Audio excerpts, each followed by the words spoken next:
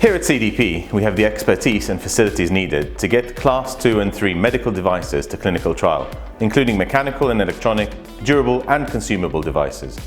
These devices create a fast track to user studies and clinical trials, then onwards to the clinical and regulatory submission. Healthcare companies face a range of barriers getting their product from design to manufacture for clinical trials. So we've invested in the advanced facilities, domain expertise and compliance to overcome these challenges, from fulfilling the volumes our clients need to managing complex setups. Our brand new 26,000 square foot pilot production facility here in Cambridge, UK includes a Class 7 cleanroom, and we can produce up to 100,000 devices under our ISO 13485 certification with in-house assembly, labelling, packaging and logistics. We also handle aseptic filling and sterilisation, working with our proven partners.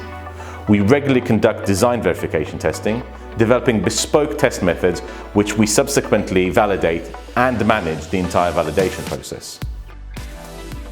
We also create the documentation for technical and design history files and support with the regulatory submission.